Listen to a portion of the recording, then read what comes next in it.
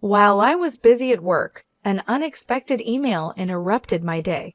It was from my husband Jack, who calmly confessed over the phone that he had fallen in love with someone else and was planning to start a new life with her. Shockingly, he also mentioned his intention to take the luxury camper van that we had recently bought, a purchase made in my name through a loan. Despite my efforts to reason with him, Jack disregarded my pleas, abruptly ended the conversation, and soon became unreachable. Eventually, he vanished with his new partner, leaving me and our 12-year-old son, Gary, burdened with a significant debt. My name is Lauren, a 40-year-old mother, navigating through life with Gary, a remarkably bright child who loves to read and discuss complex topics. Unlike Gary, Jack has always been unpredictable, rarely holding on to a job for long. Despite these challenges, he managed to keep a stable income for the past 4 years, which brought a sense of relief to our family's financial stability. Our family, despite its imperfections, had moments of joy and dreams of making lasting memories together. One of these dreams involved purchasing a $55,000 camper van to explore and create adventures as a family. Unfortunately, due to Jack's poor credit history, I had to secure the loan for the van under my name. The day we were supposed to celebrate the van's arrival, I was blindsided by Jack's email, in which he claimed the van for himself, citing the loan was in my name and I would be responsible for its repayments. This abrupt revelation, followed by his confession of love for another woman, left me in a state of shock and uncertainty. At 40, with a son to raise and a sudden financial burden, I found myself pondering our future, unsure of the next steps to take in this unexpected turn of events. What started as a fleeting connection unexpectedly grew serious, prompting Jack to declare his intentions to start anew with someone else and leave our shared life behind. During a brief and unsettling phone call, he referenced our previous discussions about divorce conversations that emerged during heated arguments. Jack stated he would proceed with the divorce, swiftly ending the conversation and leaving me in a state of shock. This moment was the stark realization of Jack's betrayal, a harsh revelation that hit me deeply.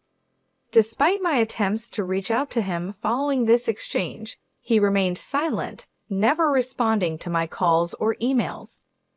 Upon returning home one day, I discovered the drawer where we kept important documents, including our discussed divorce papers, was empty. Jack had taken them. This left me facing the immense financial strain of a $55,000 car loan we had taken together. Amidst this turmoil, my son Gary noticed my distress. His worry became evident one evening when he approached me, his voice laced with concern, asking if I was okay, noting my lack of appetite and the unusual atmosphere at home. Caught off guard by his perceptiveness, I realized I could no longer shield him from the truth. Hesitantly, I opened up to Gary, sharing the painful details of what had transpired. His response was surprisingly mature. He seemed to have anticipated the changes in our family dynamics, although I sensed the news affected him more than he let on. Inwardly, I apologized to him, feeling a profound sadness for the upheaval in his young life. As the days passed, the weight of the situation took a toll on me, both emotionally and physically. My health began to decline, a fact I could no longer ignore when I found myself unable to stand during a training session at work. Despite my attempts to reassure my colleagues, I collapsed, my body succumbing to the overwhelming stress. When I awoke, I was in a hospital room, a stark reminder of the toll the ordeal had taken on me. Amidst the physical and emotional chaos, the support from those around me, especially Gary, became a beacon of strength, reminding me of the resilience needed to navigate through the aftermath of Jack's departure and the challenges that lay ahead. After receiving a concerning diagnosis from the doctor, I was admitted to the hospital for further tests. There, lying in the hospital bed, hooked up to an IV drip and staring at the stark white ceiling. I couldn't help but feel overwhelmed by the situation. It was supposed to be stress from emotional turmoil, yet there I was, feeling utterly defeated. As tears began to flow, my son Gary, who usually maintains his composure, burst into the room, his face etched with worry. His sudden appearance prompted me to quickly dry my eyes. "Mom, what's going on? It's not serious, is it? You're not going to leave me, are you?" he asked, his voice laced with fear. "Of course not, sweetheart. I could never leave you," I reassured him, attempting to mask my own fears. Gary explained how he had been notified by his school teacher about my hospitalization, how shocked and scared he had been. Despite his maturity, he was still just a 12-year-old boy, a realization that steeled my resolve to recover. However, my health situation was more grave than I initially thought. Diagnosed with a serious illness, the doctor recommended immediate surgery. Following the doctor's advice, I underwent the procedure, and a month passed before I was discharged a month since Jack had left us. Upon returning home, I found a demand letter for the car loan payment in the mailbox, a payment that should have been automatically deducted from my account. In a panic, I checked our finances, only to discover that our account, which previously held $30,000, was now almost empty, with just $55.90 remaining. It was clear to me Jack was responsible. The urge to confront him and demand the money back surged through me, but he was unreachable, and without the camper van he took, selling it to recover the funds wasn't an option. The realization that Jack had not only taken the van, but also drained our savings hit me hard. Physically weakened and financially devastated, I felt utterly helpless. Gary, sensing my despair, offered a comforting touch, his hand on my forehead. "You look pale, Mom. Are you okay?" His innocence and concern were touching, yet it pained me to admit the reality. "Physically, I might be fine, Gary, but your father took more than just the car, he took all our savings too. I can't work right now because of my health, and we're out of money. I just don't know what we're going to do," I confessed, the weight of our predicament pressing down on me. Despite the challenges, Gary's unwavering support provided a glimmer of hope. Together, we faced an uncertain future, but his resilience reminded me of the strength we shared as a family, even in the darkest of times. Motivated by my son's determination, I found myself pulling away from the grip of despair. "I see, then I'll find some work too," I declared, bolstered by my 12-year-old son's resolve to contribute by delivering newspapers and looking for work online. It wasn't the time to feel defeated. "Sorry for worrying you, Gary. I can't let myself be weakened by this. I'll shift my mindset and do everything in our power," I said, offering him a reassuring smile. Gary's smile mirrored mine, and then he proposed something wholly unexpected. "Let's figure out a way to get the camper van back from Dad." "How can we do that?" he asked with a spark of resolve in his eyes. "Yes, the camper van is registered in my name, but what can we do about that?" I pondered aloud, intrigued by his line of thinking. Gary then shared an idea so innovative it took me by surprise, an idea I hadn't considered. Despite not knowing Jack's whereabouts, Gary suggested we use technology at our fingertips. Recalling a family hiking trip where we had felt lost, we had bought Gary a kid's cell phone equipped with a GPS app accessible by both Jack and me. With this app, Gary believed we could track Jack's location in real time, a thought that hadn't crossed my mind. But what if we confront him and he manages to evade us again? I questioned, skeptical of our chances in such a scenario. "Don't worry, I've taken some precautions," Gary said, his smile widening with confidence. I was astonished by his foresight. While I was hospitalized, Gary had independently set a plan in motion, uncovering information about Jack's mistress and plotting our next steps with a maturity far beyond his years. "All right, let's show Dad the consequences of his betrayal," I agreed, feeling a newfound strength with Gary by my side. Together, we prepared to face Jack, my son's intelligence and bravery filling me with pride. With Gary by my side, I feel invincible. Let's do this, I thought to myself, ready for whatever lay ahead.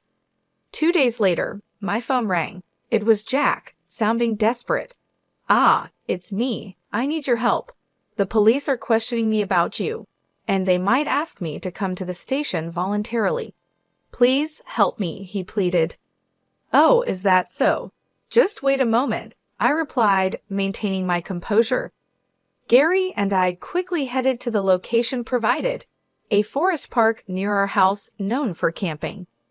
There we found Jack being interrogated by the police beside his car, his expression a mix of confusion and dismay. The tables had turned. With careful planning and the element of surprise on our side, we were ready to face Jack and reclaim what was rightfully ours, standing united and stronger than ever. I took a deep breath and requested some privacy from the police, suggesting that Jack and I needed a moment to discuss matters privately. With an air of discomfort, heightened by the watchful eyes of bystanders, Jack hastily ushered Gary and me into the car. Inside, we were greeted by the sight of Jack's mistress sitting with an air of defiance, but her presence was the least of our concerns at that moment. "Sorry for the inconvenience, and thank you for coming. But why did the police show up? I'm confused," Jack started, genuinely puzzled by the turn of events. "The reason is simple. I reported the camper van as missing because, in essence, it was stolen," I explained calmly, despite the absurdity of Jack's logic that presumed marital disputes excluded criminal activities. "But we're married. How can it be stolen?" Jack argued, not grasping the gravity of his actions. I reminded him, "You filed for divorce, remember? That means, legally, we're no longer a couple but strangers. Taking a vehicle without the owner's consent is theft." It was Gary, with his sharp understanding, who pieced everything together, prompting a weak justification from Jack that he had only borrowed the van temporarily. "Well, I need my car back now.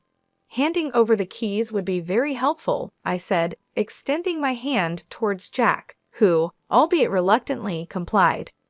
It was then that Gary, in his straightforward manner, questioned his father's decision to abandon his family for another woman. Caught off guard, Jack fumbled for words, only to be interrupted by his mistress's boastful claim of being the more attractive choice, which she believed justified Jack's departure. Gary's stern rebuke silenced her, turning the focus back on Jack for an explanation. When Jack hesitated, Gary threatened to involve the police again, prompting a hurried admission. Jack revealed that Martha, the other woman, had joined his company 5 months prior, and their affair began shortly after. The revelation of Martha's pregnancy led Jack to the decision to leave us and start anew with her. "Why did you take the camper van?" I asked, aiming to understand the rationale behind his decision amidst the chaos of his actions and decisions. "After leaving my job, I contemplated selling the camper van for some extra cash. However, it seemed you had other plans, Jack, using it for your escapades. I figured it was too hasty to sell it immediately, so we took it for a trip instead." "But how did you keep track of all this?" Jack asked, puzzled. I reminded him of the little safeguard we put in place after Gary's fox misadventure during a family hike. "Remember, we bought Gary a child's phone and installed a GPS tracking app. You seem to have forgotten we installed the same app on your phone, so I've been aware of your whereabouts all along." To my surprise, Gary later confessed he had orchestrated getting lost on that hike as a ploy to secure a phone for himself, a revelation that highlighted his cunning and foresight. I had my suspicions about Dad, so I devised this plan to keep an eye on him, Gary admitted, showcasing his adeptness at strategy. "You're quite the formidable child, Gary. I strive never to be the kind of adult who betrays those who matter." Without a second thought, Jack said, a trace of realization in his tone. Confronted by the blunt truth from his son, Jack appeared defeated, a stark contrast to the empowered feeling Gary's assertiveness and maturity instilled in me. As a mother, this bolstered my resolve to ensure everything was settled justly. "And about the $30,000 you took from our account," I pressed on, "that money needs to be returned immediately. It was our family's savings." Jack protested, "But we were married. I don't have to give it back."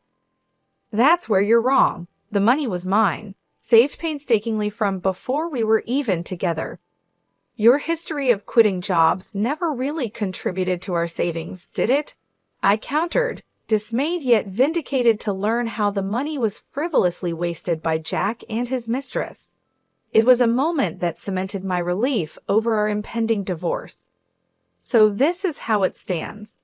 If you appropriated the van and my savings for your use, that's a criminal offense," I informed him, ready to address the matter legally if necessary. Jack, trying to dismiss the severity, retorted, "I've already sent the police away. It's not their concern anymore, right? I only agreed we would have a discussion." This encounter underscored the stark realities and the necessity of standing firm, ensuring that justice was served for the sake of our family's future and dignity. In the midst of our confrontation, I made it clear that retracting the complaint was out of the question. In fact, I was determined to add the theft of my money to the existing report. Sensing the gravity of the situation, Gary, ever so ready, offered to contact the police immediately using a quick feature on his child's phone. Martha, who had been silently observing our heated exchange from within the confines of the camper van, attempted a swift exit but was met with a startling surprise. Outside, her parents awaited, their expressions a vivid display of rage and disappointment. Her attempt to leave was halted by their presence, and her apologies were drowned out by their furious reprimands. "Why are you here? How did you find out?" Martha stammered, caught off guard. "I took the liberty of contacting your parents in advance," I revealed. This turn of events was made possible by Gary's initiative. During my hospitalization, he had visited Jack's workplace to share our distressing situation. Moved by Gary's genuine distress, Jack's colleagues connected the dots to Martha, leading to the discovery of her parents' address.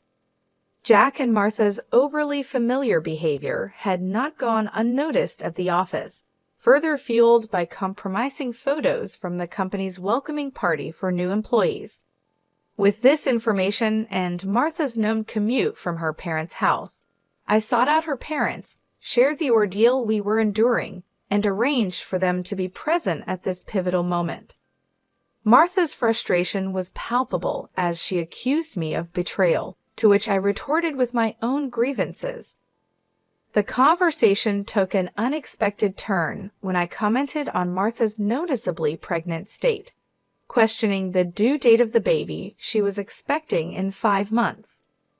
This revelation brought the timeline into sharp focus, revealing a glaring discrepancy with the duration of her relationship with Jack. Caught off guard, Jack could only stare in disbelief as the realization dawned upon him. The child Martha was carrying could not possibly be his, given the timeline of their affair. This revelation exposed not just the infidelity, but also the deception Martha had orchestrated. Caught in her web of lies, Martha's facade crumbled as she nearly confessed to her deceit. Jack, now faced with the truth, was forced to confront the consequences of his actions, and the reality that the life he thought he was building on a foundation of lies was crumbling before his eyes. Caught in the midst of deception, Jack's frustration boiled over as he accused Martha of ruining his life with her lies. "You're so gullible, not seeing through the lies at all. A real fool," he exclaimed, as their argument spiraled into an ugly exchange. Amidst their quarrel, we reached out to the police to update them on the unfolding drama. As night fell, the forest park was illuminated by the eerie glow of police car lights, setting a dramatic scene for the conclusion of this ordeal. In a moment of desperation, Jack pleaded for forgiveness, acknowledging his wrongdoings and vowing never to stray again. However, Gary, wise beyond his years, dismissed his father's sudden change of heart with a dose of reality. People don't change overnight, especially not someone as unreliable as you. Echoing Gary's sentiment, I made it clear to Jack that I could not trust his hollow promises. It's time for you to face the consequences of your actions at the police station. As for the money, worry about repaying it after you've served your time, I told him, firm in my resolve. Jack worried about his ability to repay the stolen funds if incarcerated, but I assured him that arrangements would be made. Once you're out, you'll work off your debt, including the $30,000 you took and child support for Gary. We'll calculate the total amount out, I explained, already having a plan in place for his employment and repayment. Turning to Martha, I reminded her of her role in this debacle. You might consider yourself merely a bystander, but you're complicit in Jack's actions. Be ready to face the consequences. Her plea for help from her parents was met with rejection. They could not support a daughter who brought trouble upon others. Eventually, Jack and Martha were taken into custody, a testament to Gary's strategic thinking. Although they were released from detention shortly thereafter, they were confronted with a substantial financial obligation to me, arranged through legal channels. I successfully claimed $30,000 in damages and secured a child support agreement from Jack amounting to $800 monthly for Gary. Furthermore, I facilitated Jack's employment at a subcontracting factory associated with my workplace, ensuring his debts to us would be deducted directly from his earnings. With the camper van sold and the loan settled, my health saw a significant improvement, rejuvenating my energy and dedication to my work. Gary, too, took on more responsibilities around the house, embodying resilience and perseverance. Together, we look forward to moving ahead, stronger and more united than ever, ensuring Gary has every opportunity to follow his dreams without hindrance.